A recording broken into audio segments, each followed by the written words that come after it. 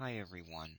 In this example, we're going to solve a problem dealing with a lump sum purchase of some equipment and depreciation related to those items.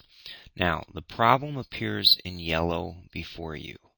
Xavier makes a lump sum purchase of assets on the first day of the year, 2005, for a total price of $787,500.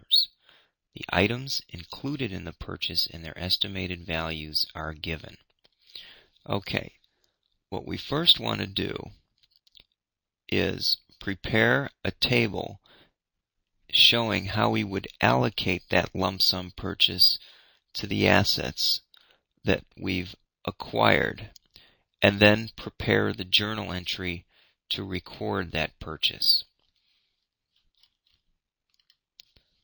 So let's just determine what's the percent of the total based on the appraised value or the estimate. And I want to change this to be estimate value. And we know that this cell will be equal to that cell divided by that cell. If I hit the F4 key, we get the absolute value, so that I can copy that right on down. If I sum that, that should equal 100%, which it does. And I can format this with a double line, and I know you can't see me using the toolbar that does the formatting.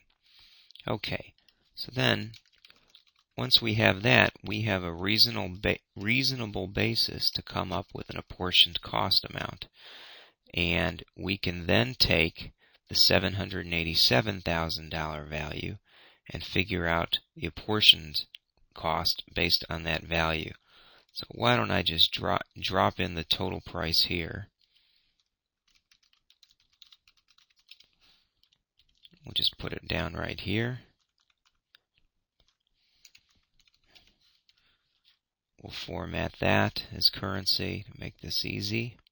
Oop, hit the wrong button, sorry.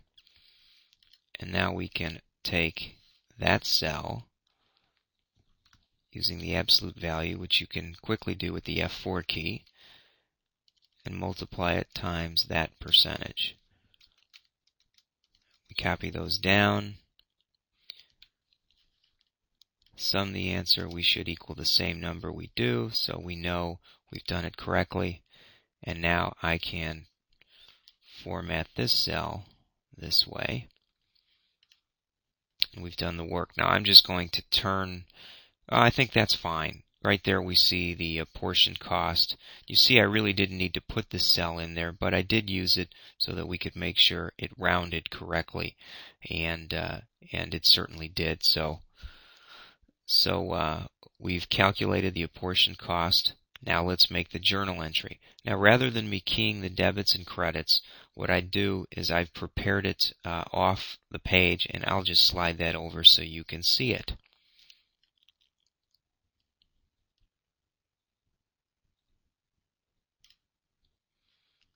Okay, everyone? So once we have our apportioned cost, we use those values to record the dollar amounts in the various accounts we need to put on the books. And since we paid cash, the credit would be to cash in the total purchase amount of $787,500. Okay, now let's tackle another question related to this one. Let's compute the depreciation expense for the year 2005 on the building using the straight line method, and we're going to assume that there's a 15-year life and a $25,650 salvage value. Now, the way we would go about computing that depreciation just appears on the screen. We would take the $378,000, the apportioned cost assigned to building. You see that in cell H8 above.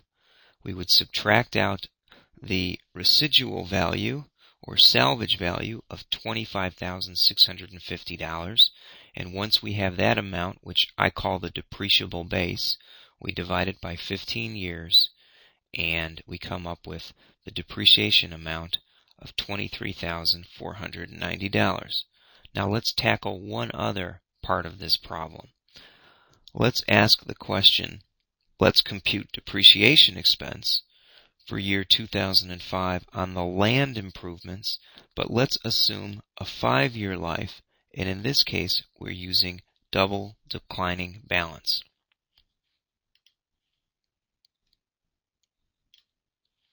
Okay, now in this part of the problem we are going to use the land improvements amount. That's the $39,375 you see in cell H10 right there.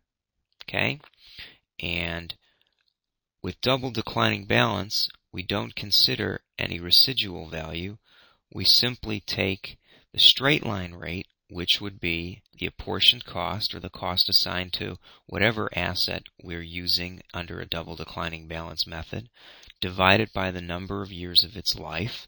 That gives us the straight line method. It excludes any residual now. That's the way you approach it if you're using the double declining method. Multiply it times 2 to come up with the doubling effect, and what we come up with is 2/5 is a 40% rate. You guys all understand that? So if we take that 39,000 times 40%, we wind up with depreciation for the full year of 2005 of $15,750. And that's what I wanted to cover in this demonstration.